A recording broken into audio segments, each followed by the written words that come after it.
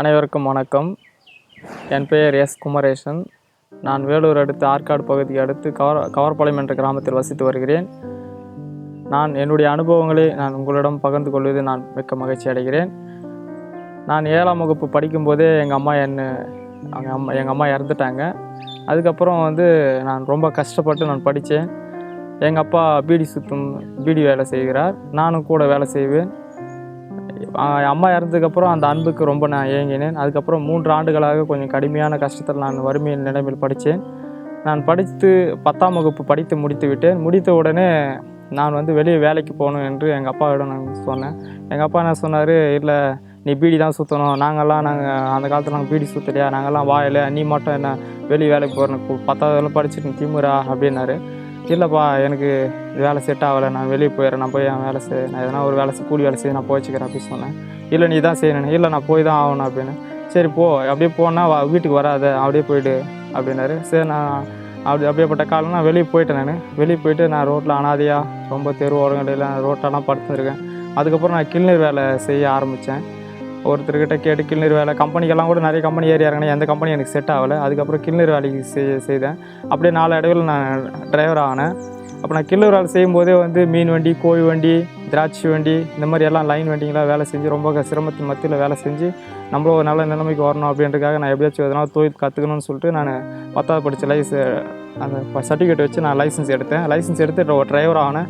Driver ஃபீல்டில் இருக்கும்போதே நான் கொஞ்ச நாளில் ஒரு சொந்தமாக ஒரு கார் வாங்கினேன். கார் வாங்கி நான் சென்னையில் ஓட்டிகிட்டு இருந்தேன். சென்னையில் ஓட்டிகிட்டு இருக்கிற நேரத்தில் ஒரு 2 ஆண்டுகளாக நான் ஓட்டிகிட்டு இருந்தேன். இடையில் ஒரு நாள் என்னுடைய கார் நைட்டு இரவு 12 மணி அளவில் தானாகவே வண்டி சுற்றி தண்ணி இருக்கிற மத்தியில் கரம்பில் என் வண்டி நிற்க வச்சுருக்கேன். அந்த நேரத்தில் தானாகவே என் வண்டி எரியிறது நான் பார்த்தேன். ஏன் இப்படி எரியுதுன்னு எனக்கு ஆச்சரியமா. நைட்டு 12 மணி சாப்பிட்டு வெளியே பார்த்தா வண்டி எரிச்சிட்டு. அப்புறம் ரொம்ப ஷாக் ஆகிடுச்சு. இந்த மாதிரி ஆசையாக நம்ம இந்த ஃபீல்டை பார்த்து வந்தோமே, இந்த ஃபீல்டை நோக்கி வந்தோமே, நம்ம இப்படி இந்த மாதிரி வண்டி எரிஞ்சிச்சு அப்படின்னு ரொம்ப நான் அழுது ரொம்ப புலம்பி, நான் ரொம்ப கஷ்டத்தில் மத்தியில் வந்தோமே, இந்த தொழில் தான் உயிர் நினச்சி வந்தோமே, இந்த தொழில் தான் நம்ம ரொம்ப வாழ்க்கை நினச்சிட்டு வந்தோமே, இந்த தொழில் இப்படி ஆயிடுச்சுன்னு சொல்லிட்டு நான் ரொம்ப வேதனைப்பட்டேன். அதுக்கப்புறம் சரி எஃப்ஐஆர் கலப்பம் போட்டு போலீஸ் ஸ்டேஷனெல்லாம் கம்ப்ளைண்ட் கொடுத்துட்டு, சரி எங்கள் அப்பா என்ன சொன்னார், அதுக்கப்புறம் எங்கள் அப்பா கொஞ்சம் சகஜமான இது நெருப்பட்டுச்சு இந்த தொழில் செய்யாதப்பா அப்படின்னு. சரி, நான் அந்த தொழில் வேண்டாம்னு சொல்லிட்டு என்ன பண்ணிட்டேன், அந்த தொழில் விட்டு நான் வந்துட்டேன். அந்த தொழில் விட்டு நான் சொந்த ஊருக்கு அங்கேருந்து இடம் காலி பண்ணி வந்துட்டேன். நான் அந்த இடத்துலேருந்து சொந்த ஊருக்கு வந்தவுடனே அதுக்கு நான் காலி பண்ணுறதுக்கு முன்னாடியே செல்ஃபோனுக்காக சர்வீஸ் கொஞ்சம் கற்றுட்டு இருந்தேன். இடையில கொஞ்சம் பழக்கத்தில் நான் சென்னையிலேருந்து வந்த உடனே ஆற்காட்டில் ஒரு சொந்தமாக ஒரு செல்ஃபோன் கடை வாடகைக்கு பார்த்து வச்சேன். சர்வீஸ் பண்ணிகிட்டு இருந்த நேரத்தில் கொஞ்சம் கொஞ்சம் பணம் சேர்த்து ஒரு 2 வீலர் எடுக்க ஆரம்பித்தேன். ஒரு செகண்ட்ஸ் 2 வீலர். அதுக்கப்புறம் ஊரில் எலெக்ஷன் ஒன்று நடந்தது. அந்த எலெக்ஷன் பார்த்தீங்கன்னா வார்டு நம்பர் எலெக்ஷன் நடந்தது. ஸோ எதாச்சா நான் கலந்துக்கலாம் அப்படின்னு கலந்துக்கினேன். இருந்தாலும் நான் போட்டியிட்டேன். நான் வெற்றி பெற்ற உடனே நான் ஜெயிச்ச உடனே ஊரில் இருக்கிறவங்கெல்லாம், என்னடா இது இவ்வளோ பேர் இவ்வளோ காசெல்லாம் செலவு பண்ணுறான், இவன் எதுவுமே பண்ணல, இவனுக்கு மட்டும் எல்லாம் ஓட்டு போட்டு எப்படி ஜெயிச்சிட்டானே அப்படின்னு சொல்லிட்டு கொஞ்சம் பொச்சூர் போகாமல் கொஞ்சம் அதிகமாக இருந்தது. என் மேலே நிறைய கண்டிஸ்டிங் இருந்தது. இருந்தாலும் நான் அப்படியே 4 இடைவில் செல்ஃபோன் கடையும் வளர ஆரம்பிச்சு, நான் வார்டு நம்பர் ஃபீல்டெலாம் வளர ஆரம்பித்தேன். நான் எலெக்ஷனில் ஜெயித்த உடனே எங்கள் ஊரில் எல்லாம் திருவிழா பற்றி பேச ஆரம்பிச்சு. சரி, எங்கள் தாத்தா என்ன சொன்னார், சரி எங்கள் தாத்தா தான் அதில் மூத்தவர், அவர் நோட் எடுத்து கொடுத்தாரு. நான் கணக்கு வாங்கி பார்க்க ஆரம்பித்தேன். 3 வருஷம் கண்டினியூஸாக தொடர்ந்து நாட்டாமே தர்மகர்த்தாவோ அந்த பொறுப்புகளில் இருந்து நான் கவுன்சிலர் பதவியில் இருந்தும் நான் அந்த திருவிழா எடுத்து நான் செய்தேன். நல்லா சிறப்பான முறையில் செய்தேன். அதுவும் நான் என்னுடைய குலதெய்வமாக நினச்சி நான் செய்த காரணம் நம்ம வாழ்க்கையில் நம்ம ஒரு நாளைக்கு முன்னுக்கு வர மாட்டோமா, நம்மளும் நல்ல ஒரு நிலைமைக்கு வரணும் அப்படின்னு அதிலேருந்து நான் எல்லா தெய்வத்தையும் நான் ரொம்ப வணங்க ஆரம்பித்தேன். எங்கள் வீடு ஃபுல்லாக கோயில் மாதிரி வச்சிட்ருப்பேன். கோயில் மாதிரி வச்சுட்டு இருந்த நேரத்தில் என் வீடு ஃபுல்லாக ஃபோட்டோங்க, டெய்லி நல்லா மந்திரம் சொல்லுவேன், பூஜை போடுவேன். பூஜை பண்ணிவிட்டு காக்காவுக்கு சோறு வச்சுட்டு தான் நான் எனக்கே சாப்பாடு சாப்பிடுவேன். அப்படி இருந்த நான் நேரத்தில் எல்லாம் ஊர்லலாம் பார்ப்பாங்க, இவன் மட்டும் நான் இப்படி ஒரு பக்தி ஆகிறானே, எப்போ பாரு காலையில் கான்னு கூப்பிட்டு சோறு வைக்கிறானே, காக்காக்கெல்லாம் சோறு வச்சுட்டேன். நான் என்னன்னா எங்கள் அம்மா என்னை விட்டு இறந்துட்டாங்களே, அப்போல்லாம் சொல்லுவாங்க, இந்த மாதிரி ஐயருங்கெல்லாம் சொல்லுவாங்க, காக்காவுக்கு சோறு வச்சா உன் பித்திருக்கள் சாப்பிட்ட மாதிரி அவங்க திருப்தி அப்படின்னுவாங்க. சரி, எங்கள் அம்மாவுக்கு சாப்பாடு வச்சு எங்கள் அம்மா அந்த ஆத்ம திருப்தி நான் அடையணும்னு சொல்லிட்டு நான் பண்ணேன். எங்கள் அம்மாவுக்கு நான் காலையில் பூஜையும் பண்ணுவேன். பூஜை பண்ணிவிட்டு உடனே ஒரு தட்டில் சாப்பாடு போட்டு மேலே மாடி மேலே காக்கா கூட்டு சாப்பாடு வச்சுட்டு அதுக்கப்புறம் நான் சாப்பிடுவேன். இப்படி காலங்கள் சென்றிருந்த நேரத்தில் எனக்குள்ளே திடீர்னு தீராத ஒரு வியாதி ஒன்று வந்துச்சு. அப்போ பார்த்தீங்கன்னா உடம்பு ஃபுல்லாக நமுச்சல், எரிச்சல், அப்படியே சொரிஞ்சா பட்டையாகிடும். ஊசி எடுத்து குத்துற மாதிரி ரொம்ப எரிச்சல். இதுக்காக என்ன பண்ணுவேன், மெடிக்கலில் இப்போ ஸ்டார்டிங்கில் ஒரு மாத்திரை வாங்கி போடலான்னு நினச்சேன். அதுக்கு இடையில எங்கள் அப்பா சொன்னாங்க, சொந்தக்கார சொன்னாங்க, பந்தக்கார சொன்னாங்க, போயிட்டு எல்லா இடத்துலையும் இந்த பச்சளை மருந்து, மூலிகை, மாலை போட்டேன் கோயிலுக்கு. இதை செஞ்சால் சரியாக போயிடும்பா, இது சரியாக போயிடும், இது அம்மனுக்கு குளிர் வச்சா சரியாக போயிடுனாங்க. அதுக்காக என்ன பண்ணேன், நானே திருவிழா பண்ண ஆரம்பித்தேன், அம்மனுக்கு அபிஷேகம் பண்ண ஆரம்பித்தேன், அலங்காரம் பண்ண ஆரம்பித்தேன். என் கையால் எல்லாம் செஞ்சு எதுவும் எனக்கு எந்த ஒரு பலனும் இல்லை. இங்கே பக்கத்தில் சிவலிங்க கோயில் இருக்குது, அந்த கோயிலில் போய்ட்டு என் கையால் அபிஷேகம் பண்ணுவேன், அலங்காரம் பண்ணுவேன், ஆராதனை பண்ணுவேன், என்னென்னவோ பண்ணேன். எனக்கு அந்த நமுச்சல், எரிச்சல் அந்த இடத்துலையும் நான் ரொம்ப வேதனைப்பட்டேன். சரி, நான் ஹாஸ்பிட்டலுக்கு போயிட்டு ரத்தம்லாம் எடுத்து செக் பண்ணும்போது செக் பண்ண என்ன சொன்னாங்க, இல்லைப்பா எவ்ரிதிங் ஓவர், நார்மல், எல்லாமே நல்லா இருக்குது அப்படின்னா. எனக்கு ஒவ்வொரு பிளட்டுக்கு செக்அப் பார்த்தீங்கன்னா எல்லாம் 700, 600, 1000, 2000, பல ஆயிரக்கணக்கில் செலவு பண்ணி எந்த ஒரு விடுதலுமே இல்லை. சரின்ட்டு உடனே கறிக்கறி சொன்னாங்க, கறிக்கறியில் போய் செக் பண்ணேன். அடுக்கும்பார் சொன்னாங்க, அடுக்கும்பாரில் செக் பண்ணேன். நிறைய ஹாஸ்பிட்டல், குறைஞ்சபட்சம் ஒரு 15 ஹாஸ்பிட்டலுக்கு மேலே நான் போய் நிறைய செக் பண்ணேன். எங்கேயுமே எனக்கு எந்த ஒரு விடுதலுமே கிடைக்கல. நான் மாத்திரை போடுவேன், ஊசி போடுவேன். அந்த நேரத்தில் மட்டும் ஒரு நாள் 2 நாள் ஏதோ எனக்கு எனக்குள்ள ஒரு கொஞ்சம் நல்லா இருக்கும். சரி, இப்படியே இருக்குது, இது இன்னும் கொஞ்சம் மாறாதா அப்படின்னு நினச்சிருந்தேன். ஆனால் நாளடைவில் அந்த மாத்திரை, மருந்து, ஊசி கூட வேலை செய்யாமல் போயிடுச்சு. சரி, இப்படி இந்த காலகட்டத்தில் தான் சரி நம்ம இப்படியே இருந்தால் எப்படி ஒரு தீர்வு கிடைக்கணும். ஒரு ஜுரம் வருதுன்னா கண்டிப்பாக ஊசி போட்டால் சரியாயிடுது. ஒரு நமக்கு தலைநோவு வருதுன்னா ஒரு மாத்திரை போட்டால் சரியாயிடுது. ஏன் இந்த வியாதி மட்டும் நம்மளை விட்டு போகவே மாட்டுது? இது ஏன்னா காலத்துக்கு இப்படியே இருக்குது, இது ஏன் இந்த மாதிரி இருக்குது? சரின்ட்டு நான் இருந்த நேரத்தில் தான் நான் செல்ஃபோன் கார்டில் ஒரு நாள் உட்காந்து வேலை செய்கிற நேரத்தில் என் ஊர் பக்கத்தில் ஒரு கிராமத்தில் ஒருத்தர் வந்தார். அவர் பேர் ராஜா. அவர் என்னப்பா அப்படின்னாரு. இல்லைங்க அண்ணா, கொஞ்சம் தண்ணி மூடல அப்படின்னா. ஏன்னு கேட்டார். இந்த மாதிரி தண்ணி மூடலப்பா, அந்த மாத்திரை ஒரு 3 கவரில் எடுத்தேன். ஒவ்வொரு பையிலும் பார்த்தீங்கன்னா 100 மாத்திரை. ஏன்பா அந்த மாத்திரைன்னு நான் சொன்னால் எதுவும் நினச்சிக்காதண்ணா, என் உடம்புல இந்த மாதிரி என்னப்பா நல்லா காசு பணங்குது, எல்லாமே தான் ஏன்பா அப்படி சொல்கிறேன் அப்படின்னு. நான் பயங்கரமான வியாதி, நான் உடம்பெல்லாம் சூரியனப்பா, நான் சூரிய பட்டையாகிடுது, ரொம்ப பெஜாராக இருக்குது. இப்போ வேறு என்னென்ன பண்ணுறது, தண்ணி கூட நான் மாத்திரை போட்டுன்னு வேலை செய்கிறேன் அப்படின்னு. சரிப்பா, அவர் என்ன சொன்னார், இந்த மாத்திரை போடாது, என்ன தம்பி இந்த வயசில் போய் இவ்வளோ மாத்திரை போட்டால் நீ சீக்கிரமாக போயிடுவேன், நீ அவ்வளோதான், என்ன இவ்வளோ மாத்திரை போடாது, இதெல்லாம் போடாத, மாத்திரை நிப்பாட்டு, நான் ஒரு ஐடியா சொல்கிறேன், அதைப்படி செய்யினார். என்ன நான் சொல்லலாம் அப்படின்னா, எல்லோரும் சொல்லுவாங்க எங்கே போனால் சரியாடாங்க. சரி, இவரும் சொல்கிறாரு கேட்கலான்ட்டு கேட்டேன். அவன் என்ன சொன்னேன், நான் ஒரு இடத்துக்கு கூட்டும் போகிறவா, அடுத்த மாதம் 31ஆம் வாப்பா அப்படின்னாரு. என்னண்ணா அப்படின்னா, நான் ஒரு இடத்துக்கு கூட்டும் போகிறவா, ஏன் அங்கே வந்தேன்னா அதோட நீ மாத்திரைலாம் எதுவும் சாப்பிட மாட்டேன்னாரு. என்ன திடீர்னு இப்படி சொல்கிறாருன்னு சொல்லிட்டு நான் அந்த இடத்துக்கு போக ஆரம்பித்தேன். சரி, அவர் சொன்னாருன்னு சொல்லிட்டு நம்ம போகலான்னு சொல்லிட்டு ரொம்ப அதுக்காக நான் தீவிரமாக என்ன பண்ணேன், எந்த ஒரு மாத்திரை சாப்பிடாம எல்லா மாத்திரையை ஜோப்பில் வச்சுட்டு நான் அப்படியே காத்துருந்தேன். உடம்புல நம்பிச்சு அதிகமாக இருந்தாலும் சரி, அவர் ஏதோ ஒரு இடம் சொன்னார், எங்கேயோ வர சொன்னார், போகலான்னு சொல்லிட்டு 31 நைட்டு 9:30 மணிக்கு என்னை கூட்டும் போனார். சத்தாச்சாரியில் ஒரு வேனில் கூட்டும் போனார். அங்கேருந்து பார்த்தா கனியம்பாடி கூட்டும் போனார். கனியம்பாடி போன உடனே அங்கே பார்த்தா ஒரு ஆலயம், சர்ச்சு. என்னடா சர்ச்சை எனக்கு கூட்டினு வந்து என்னண்ணா அப்படின்னா, இல்லைப்பா இங்கே தான்ப்பா எல்லாருக்கும் வேண்டுதல் பண்ணுறாங்க, இங்கே நல்லா அற்புதம் சுகமெல்லாம் நான் இவ்வளோ ஜனங்கள்லாம் வராங்க, சுற்றி நிறைய பெங்களூரு, மெட்ராஸு, இந்த மாதிரி கேஜிஎஃப் நிறைய கிராமத்தில் நிறைய சிட்டிலேருந்தெல்லாம் கூட வராங்க. எப்படியாப்பட்ட நோயாக இருந்தாலும் என்ன பிரச்சனை இருந்தால் அந்த இடத்துல வேண்டுதல் செய்கிறாங்கப்பா, சரியாக போயிட்டேனாங்க. சரி, நம்ம அப்படி சொல்கிறாங்களே, சரி என்னடா இது நம்ம ஊருக்கு அந்த நேரத்தில் கொஞ்சம் சில நிறைய மாற்றங்கள் இருந்தாலும் சரி, நாங்கள் போய் சர்ச்சு உள்ளே போகும்போது உள்ளே போக முடியல, கொஞ்சம் ரஷ்ஷாக இருந்தது. சரி என்ன பண்ணலான்னு சொல்லிட்டு பார்க்கும்போது நிற்க முன்னே உட்காரும்போது அந்த சர்ச்சு வாசப்பில் நிறைய செருப்பு விட்டுச்சிருப்பாங்க. அந்த செருப்பில் தான் நான் உக்காந்தேன். அப்போ தான் என்னடா இது இங்கே உட்கார வேண்டிய நிலைமை ஆயிடுச்சு. நம்ம ஒரு கோயில் தர்மகர்த்தா, ஒரு ஊர் நாட்டாமல், நான் ஒரு வார்டு கவுன்சிலராக இருக்கோம், நம்ம செல்ஃபோன் கார்டை வச்சு நாத்திங்கிறோம், நம்ம எப்படி போய் இந்த செருப்பு மேலே உட்காருமோ நம்ம யோசனை பண்ண நேரத்தில் அப்போ உள்ளே எனக்கு ஒரு வசனம் கேட்டுச்சு. என்னன்னு கேட்டிங்கன்னா, தன் பாவங்கள் உலகம் முழுவதும் அவன் ஆதாயப்படுத்தி கொண்டாலும் தன் ஜீவனை நஷ்டப்படுத்தினா அவனுக்கு என்ன லாபம்னு சொன்னார். அந்த வசனம் எனக்கு காதில் உடைச்ச உடனே, நான் உலகத்தில் எல்லாமே அனுபவிச்சுமே, நல்லது கெட்டது எல்லாத்தையும் அனுபவித்தோம், ஆனால் நம்ம இந்த உண்மையான மார்க்கம், உண்மையான விஷயம் என்னன்னு நான் தெரியாதே போயிட்டேன். இருந்தாலும் எனக்குள்ள வியாதி, இந்த எரிச்சல் நம்பிச்சல் தாங்க முடியல. சரி, சுகம் பெற்றுன்னு போயிடலாம் அப்படின்ற ஒரு நம்பிக்கையில் உக்காந்தேன். அப்போ உக்காரும்போதோ அந்த இடத்துல என்ன நடந்தது கேட்டிங்கன்னா, நான் இங்கே உக்காந்துருக்கும்போது உள்ளே ஒரு அவங்க பாட்டு பாடுறாங்க, ஏதோ ஆராதனை பண்ணுறாங்க, பிரார்த்தனை பண்ணுறாங்க, எனக்காக ஜெபம் அந்த அந்த வேண்டுதலை செய்யும்போது எனக்கு ஏதோ ஒரு மாதிரி இந்த எல்லாமே எனக்காக பேசுகிற மாதிரி, எனக்காக சொல்கிற மாதிரி, எனக்கு ஏதோ ஆறுதல் சொல்கிற மாதிரி இருந்தது. அந்த எங்கள் அம்மா இருந்து கரெக்டாக 19 வருஷம் ஆகுது. அந்த 19 வருஷத்துக்கு அப்புறம் எங்கள் அம்மாவுடைய அன்பு ஏதோ நான் அந்த இடத்துல பார்த்த மாதிரி இருந்தது. ஏதோ என்னை ஏதோ தொடுற மாதிரி, என்னை விட்டு ஏதோ விலகிற மாதிரி இருந்தது. எப்போ என்னை குறித்து நான் பண்ண தப்பெல்லாம் குறித்து ஆண்டவர் அங்கே ஏதோ உணர்த்துற மாதிரி. சரி, உடனே என்ன பண்ணேன்னு முழங்கால் படியிட்டு அந்த இடத்துல நான் கண்ணீரோடு என்னுடைய பாவங்களெல்லாம் அறிக்கை செய்தேன். அப்போ நான் என்னுடைய பாவங்கள், நான் செய்த தீமையான காரியங்கள் என்ன அப்படின்னு பார்த்தீங்கன்னா, நான் வந்து ஊருக்கெல்லாம் உபதேசம் பண்ணுவேன். ஊருக்கெல்லாம் இரும்படி தெரிஞ்சு எனக்கு வீட்டுக்கு தவிடுடி தெரியலன்ற மாதிரி நான் எல்லாத்துக்கும் சொல்லுவேன். ஆனால் நானும் சில தவறான பாயகத்தில் இருந்தேன். குடி, ஆன்ஸு, பீடி, சிகரெட் மற்ற எல்லா காரியத்திலும் இருந்தேன். இந்த மாதிரி பாவத்தில் இருக்கும்போது மற்ற எல்லா பாயகம் தீமையான பாயகத்தில் இருக்கும்போது நான் அந்த இடத்துல யோசித்தேன். நிறைய நம்ம தவறு பண்ணதுனால தான் நமக்கு இதெல்லாம் நடந்திருக்கு. அவங்க உணர்த்த ஒன்று நான் சொன்னேன், சரி ஆண்டவரே, சரி சாமி, இந்த மாதிரி நான் வந்து எல்லா கோயிலுக்கும் போயிட்டேங்க, சரி இந்த இடத்துல நல்லா ஆயிடுச்சுன்னா இனி நான் இந்த சர்ச்சுக்கு நான் ரெகுலராக வரேன் அப்படின்றது நான் ஒப்பு கொடுத்தேன். அந்த இடத்துல ஒப்பு கொடுத்து ரொம்ப கண்ணீரோடு நான் வேண்டுதல் செய்தேன். அப்போ கண்ணீரோடு வேண்டுதல் செய்யும்போது எனக்கு ஒரு ரிலீஃப் கிடச்சிது. ஏதோ கொஞ்சம் ரிலாக்ஸாக, மனசு நிம்மதி, ஒரு சந்தோஷம் கிடச்சிது. சரி, ஒரு 1 hour கழிச்சு டீ பிரேக் வந்தது. அதுக்கப்புறம் நான் அந்த இடத்துல நான் உள்ளே போகிறது எனக்கு ஒரு வாய்ப்பு கிடச்சிது. நான் உள்ளே போனோடனே சரி முடிச்சிச்சு. காலையில் அந்த சர்ச்சு ஃபாதர் வந்து எனக்கு ஜெபம் பண்ணார். ஜெபம் பண்ணோடனே ஒரு சுகம் கிடச்சிது. அப்போ என்னை விட்டு ஏதோ ஒரு அசுத்தாவி போகிற மாதிரி எனக்குள்ள ஒரு ஃபீலிங் தோணுச்சு. ஏதோ உடம்பு ரிலாக்ஸாக இருக்கும். சரி, நான் அதை முடிச்சுட்டு நான் ஆற்காடு கடைக்கு வந்துட்டேன். கடைக்கு வந்துட்டு நான் வீட்டுக்கு போகல. காலையில் கடை திறந்துட்டு ரொம்ப அழுவ ஆரம்பிச்சிட்டேன். ரொம்ப அழுதுகிட்டே இருக்கு. கண்டினியூஸாக கண்ணில் தண்ணி வந்துகிட்டே இருக்குது. அழுதுகிட்டே இருக்கேன். அங்கே வரவும் போகிறவங்களாம் கேட்குறேன், ஏன்பா நீ அழுவுறேன்னு கேட்குறேன். எனக்கே தெரியல ஏன் அழுவுறேன், எதுக்கு அழுவுறேன்னு எனக்கே புரியல. இந்த மாதிரி நான் எங்கள் அம்மா இறந்ததுக்கு அப்புறம் அப்போ கூட அவ்வளோ அழுவலை. அப்போ நான் அழுதேன். ஆனால் இருந்தாலும் அதை விட 24 hours அப்படியே அழுதுகிட்டே இருக்கேன்.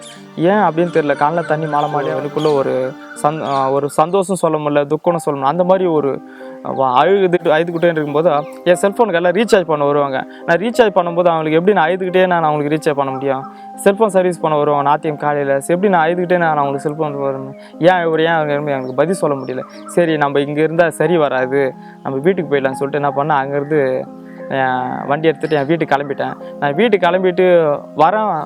வழியில் அழுதுகிட்டே வீட்டுக்கு வரேன். வீட்டுக்கு ஃபோன் பண்ணால் அவங்களும் அப்போ வந்து எங்கள் மனைவி வந்து 2வது குழந்தை வந்து மாசமாக இருக்காங்க.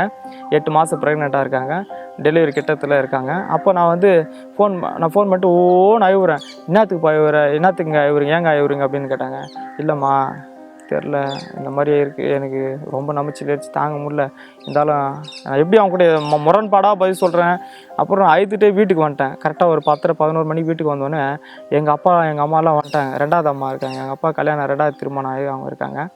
அவங்க வந்தாங்க. 2 பேரும் வந்து என்னப்பாச்சுண்ணா? ஒன்றும் இல்லைம்மா அப்படின்னு. எங்கள் அப்பா என்னப்பாச்சுன்னு கேட்டார். ஒன்றும் இல்லைப்பாண்ணே. ஏன்பா அழுதுகிட்டே இருக்குன்னு அவங்களும் கண் கலங்கிட்டாங்க. இருந்தாலும் சரின்ட்டு என்ன பண்ணேன், அழுதுகிட்டே இருந்த பாரு. எங்கள் அப்பா எங்கள் அம்மா உடனே டக்குன்னு என்ன பண்ணாங்க, குளிச்சுட்டு ரெடி ஆகிட்டாங்க. சரி வா போல. எங்கம்மா கூப்பிட்றீங்கன்னு கேட்டேன்.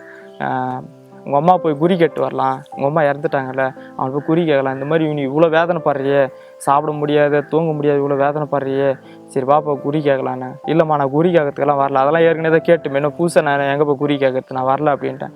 அப்புறம் இல்லை, திரும்ப குறி கேட்கணும் வா அப்படின்னாங்க. நான் என்ன சொன்னேன், இல்லைம்மா வரலம்மா, எனக்கு பிடிக்கலம்மா அப்படின்னு. ஏன்னு, இல்லை நீ நைட் எங்கடா போயிருந்தேன்னு கேட்டாங்க. நான் வந்து நீ மலையனூர் தானே போகிறேன்னு சொல்லிட்டு போனேன். இல்லைம்மா, நான் மலையனூர் போகல, இந்த மாதிரி ஒருத்தர் கூட்டு போனார், ஒரு அண்ணா கூட்டு போனார், இந்த மாதிரி வேலூர் பக்கத்தில் கனிம்பாடி அங்கே ஒரு கிராமத்துக்கு சர்ச்சுக்கு கூட்டு போனாருமா. எதோ சர்ச்சுக்கு போனியா, என்னடா இது சர்ச்சுக்கு போனேன்ற, எங்கே போனேன், என்ன எங்கே தான் போகிறேன் ஒன்றுமே புரியல. சரி எங்கேயோ ஒன்று போ, நல்லா இருக்கிறியா அப்படின்னு. என்ன தான் உனக்கு பிரச்சனை அப்படின்னு. இந்த மாதிரி மாடின்னு. சரி அப்படியே காலடையில் அப்படியே போன விட்டாங்க. சரி உங்கள் விருப்பம்பா, நல்லா இருக்குதுன்ற, அங்கே போனேன். சரி போய்க்கோ, நான் என்ன தலை பண்ண போகிறேன் அப்படின்னு சொல்லி விட்டாங்க. அதுக்கப்புறம் என்ன பண்ணேன், இடையில மறுநாள் அப்போ அந்த எங்கள் போதகர் வந்து வர சொன்னார், வீட்டாண்டு வாப்பா நைட் 8 மணிக்குனாரு. சரி வர சொல்கிறாருன்னு சொல்லிட்டு என்ன பண்ணேன், நான் 8 மணிக்கு வீட்டாண்டு போனேன். வீட்டாண்டு போயிட்டு பேசிட்டு அன்னைக்கு, ஐயா உங்கள் பக்கத்தில் இருந்தால் நல்லா இருக்குங்க ஐயா, உங்களை விட்டு தூரம் போனால் ரொம்ப நம்பிச்சல் அதிகமாக இருக்குங்க, என்னால் தாங்க முடியலைங்க, நான் என்ன தாங்க பண்ணுறதுங்க. சரிப்பா அப்படின்னு சொல்லிட்டு முட்டி போட்டு ஜெபம் பண்ணுறது. அது ஜெபம் பண்ணிட்டே இருக்காரு. அவர் ஜெபம் பண்ணும்போது எங்கெல்லாம் கை ஜெபம் பண்ணுறோம் அந்த இடத்துல நல்லா இருக்குது. சரினா அது ஆச்சரியமாக, அவர் பக்கத்தில் ஜெபம் பண்ணால் நல்லா இருக்குது, அவர் விட்டு தூரம் போனால் ரொம்ப நம்பிச்சல் ஆகுது. சரின்ட்டு அவர் பேசிட்டு நான் வந்து அவர்கிட்ட கேள்வி கேட்குறேன். மேலும் அதிகமான கேள்வி கேட்டே இருக்கும்போது அவர் சொல்கிறார், என்கிட்ட நீ கேள்வி கேட்குறியே, நீ என்னென்ன தப்பு பண்ணிக்கிறேன் உனக்கு தெரியுமாப்பா அப்படின்னாரு. எனக்கு தெரிலங்க அப்படின்னு. அப்போது என்னுடைய மறைவான பாவங்களை அவர் வந்து 4 பேர் தெரிஞ்சு செய்த பாவம், தெரியாத பாவம்லாம் அப்படி நேருக்கு நேரம் முகம் அவர் யாருன்னே தெரியாது.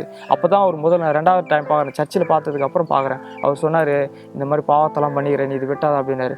அப்போ நான் ஆமாம் இந்த பாவத்தெல்லாம் பண்ணியிருக்கேன். அப்படியே தலை கீழே குனிஞ்சு நான் கண்ணீரோடு ஆண்டவர், நான் இனி ஐயா நான் ஆமாம் தப்பு பண்ணிட்டேன், இனி நான் தப்பு பண்ண மாட்டேன், நான் இனி நீங்கள் எப்படி சொல்கிறீங்களோ அதே மாதிரி நான் நடக்கிறேன், எனக்கு இந்த இதுலேருந்து நோயிலேருந்து விடுதலை கிடைக்குமான்னு கேட்டேன். கிடைக்கும்பா, ஆண்டவர் கண்டிப்பாக சுகம் கொடுப்பாரு, நீ வா, நம்ம ஏசப்பா உலகத்தின் பாவங்களை சுமந்து தீர்த்தவர், உன் பாவங்களையும் கண்டிப்பாக மன்னிப்பார். நீ உன் பாவங்களை மன்னித்தது மட்டும் இல்லை, உன் நோய்களை சுகம் தருவார். நோய்களை சுகம் தருന്നത് மட்டும் இல்லை, உனக்கு பரலோகத்துக்கான ஒரு வாழ்க்கை தருவார். இங்கே மறிச்சதுக்கப்புறம் ஒரு வாழ்க்கை தருவேன் அப்படின்னு சொன்னார். என்னடா இது இப்படி சொல்கிறாரு அப்படின்னு சொல்லிட்டு, என்ன பரலோகன்றாரு சரின்ட்டு எனக்கு புரியல, நான் வந்துட்டேன். அதுக்கப்புறம் நாளடைவில் நான் சர்ச்சுக்கு போக ஆரம்பித்தேன், வர ஆரம்பித்தேன். ஐயா சொன்னார், நீ கண்டிப்பாக நீ ஒரு கார் ஒன்று எடுப்பாடினாரு. எங்கங்க என்கிட்ட காசு இல்லை, எல்லாமே செலவாகி நான் அந்த நோய்க்கு இந்த வியாதிக்கு செலவு பண்ணி எல்லாம் நஷ்டமாகிடுச்சு தாங்க இருக்கேன், நீ எடுப்புப்பா அப்படின்னாரு. சரி சொல்கிறாருன்னு எனக்குள்ளே ஒரு சந்தோஷம், கண்டிப்பாக நம்ம எழுந்ததெல்லாம் திரும்பி கிடைக்கும்னு சொன்னார். சரி கிடைக்குமா அப்படின்னு ஒரு சந்தோஷத்தில் இருந்தேன். அந்த நேரத்தில் ஒரு பைக் ஒன்று புதுசாக எடுத்தேன். அதுக்கப்புறம் அவர் சொன்ன மாதிரி கார் ஒன்று எடுத்தேன். வீடு நல்லா இது பண்ணேன். என் வீட்டில் நிறைய மாற்றங்கள் தோணுச்சு. நான் என் மனைவி முன்னாடிலாம் வந்து ஞாயிற்றுக்கிழமை சரக்கு போட்டு அடிப்பேன், சண்டை போடுவேன். இப்போல்லாம் ஞாயிற்றுக்கிழமை சர்ச்சுக்கு போகிறது வரத்தும், வீடு வேலைனா வேலை, எல்லாருக்கும் அன்பாக எல்லாருக்கிட்ட பேசுறது பார்த்தோன்னே வீட்டில் இருக்கிறவங்களுக்கும் ஒரு சந்தோஷம். பரவாயில்லையே சர்ச்சுக்கு நிறைய மாறிட்டானே, இவன் குடிக்கிறதுல எந்த ஒரு தீமான காரியங்களும் தவறாக எதுவும் பேச மாட்டான், சண்டைக்கு போக மாட்டான், அமைதியாக இருக்கிறானே, எது சொன்னாலும் அமைதியாகவே இருக்கிறானே அப்படி சொன்னாங்க. வீட்டில் ஒரு மாற்றங்கள் ஏற்பட்டுச்சு, என் வாழ்க்கையில் ஒரு மாற்றங்கள் ஏற்பட்டுச்சு. முன்னை விட இப்போ நான் ரொம்ப சந்தோஷமாக மகிழ்ச்சியாக இருக்கிறேன். வணக்கம், என் பேர் வந்து கனகா. பிறந்த இடம் வந்து திமிரி. அப்புறமா திருமணம் ஆனது கவரப்பாளையம், வேலூர் மாவட்டம், ஆற்காடு வட்டம், பக்கத்தில் கிராமம் கவரப்பாளையம். இவ்வளோ நேரம் எங்கள் வீட்டுக்கார் பேசுன்னு அவர் குமரேசன் என் கணவர். மேரேஜ் ஆகிட்ட பிறகு வந்து 3 மாதம் வரைக்கும் தான் நாங்கள் சந்தோஷமாக இருந்தோம். அதுக்கப்புறம் வந்து எங்கள் வீட்டுக்கார் சில டைம் இருப்பாங்க, சில டைம் வந்து நைட்டில் வந்து விட்டு போயிடுவாங்க.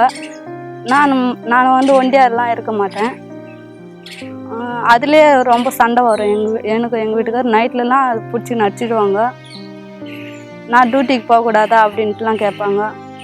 டியூட்டிக்கு போவாங்க, சில டைம் என்ன கூட இருங்கன்ட்டு நான் சொல்லுவேன், அது கூட அடிப்பாங்க. ஆனால் ரொம்ப கஷ்டப்பட்டேன். 1 வருஷம் வரைக்கும் நாங்கள் சென்னையில் இருந்தோம். இப்போ சென்னை வந்து நான் கல்யாணம் ஆகிறதுக்கு முன்னே சென்னைக்கு எப்போ போவோம்னு நினைப்பேன். அப்புறம் கல்யாணம் ஆகிட்ட பிறகு வந்து சென்னையில் வந்து ஒரு வருஷம் இருந்தேன். பிரச்சனை அதிகமாக பெரியவங்க கூட இருக்க சொல்ல வந்து இருந்தால் நல்லா இருக்குமே, இந்த மாதிரிலாம் சண்டை வருது, பெரியவங்க இருந்தாக்கா ஆறுதல் சொல்லுவாங்க, நம்ம கூட யாரும் இல்லையே, நம்மள மட்டும் தனியாக இருக்கிறோமே அப்படின்ட்டு சண்டை வர சொல்லலாம் நான் நினைப்பேன்.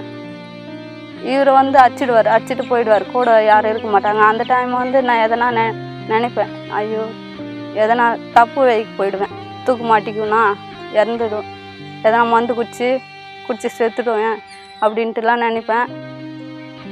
அந்த நேரத்தில் எங்கள் வீட்டுக்கார் 1 மணி நேரம் கழித்து ஃபோன் பண்ணி பேசுவாங்க. ரொம்ப அடி வாங்கிக்கிறேன், தலையிலலாம் அடி வாங்கிக்கிறேன். கொம்பு எடுத்து தலையில் வச்சு தையல் போட்டு வச்சுருக்காங்க. அப்படிலாம் நான் அடி வாங்கினேன். கல்யாணம் ஆன புதுசில் யாரும் வாங்கியிருக்க மாட்டாங்க, ஆனால் நான்லாம் வாங்கினேன் அந்த மாதிரி. ஆனால் விரும்பி தான் கல்யாணம் பண்ணிக்கணும். இருந்தாலும் ஏன் இவ்வளோ கஷ்டம், எங்களுக்குள்ள ஒத்துமை எப்போ வரும்னு நான் நினைப்பேன். ஒத்துமை வராதா, எப்போதான் எங்களுக்குள்ள பிரச்சனை எப்போ தீரும் அப்படின்ட்டுலாம் நான் நினைப்பேன். 1 வருஷம் வரைக்கும் இப்படியே போயிட்டு இருந்தது. மெட்ராஸில் கார் ஓட்டின்னு இருந்தாங்க.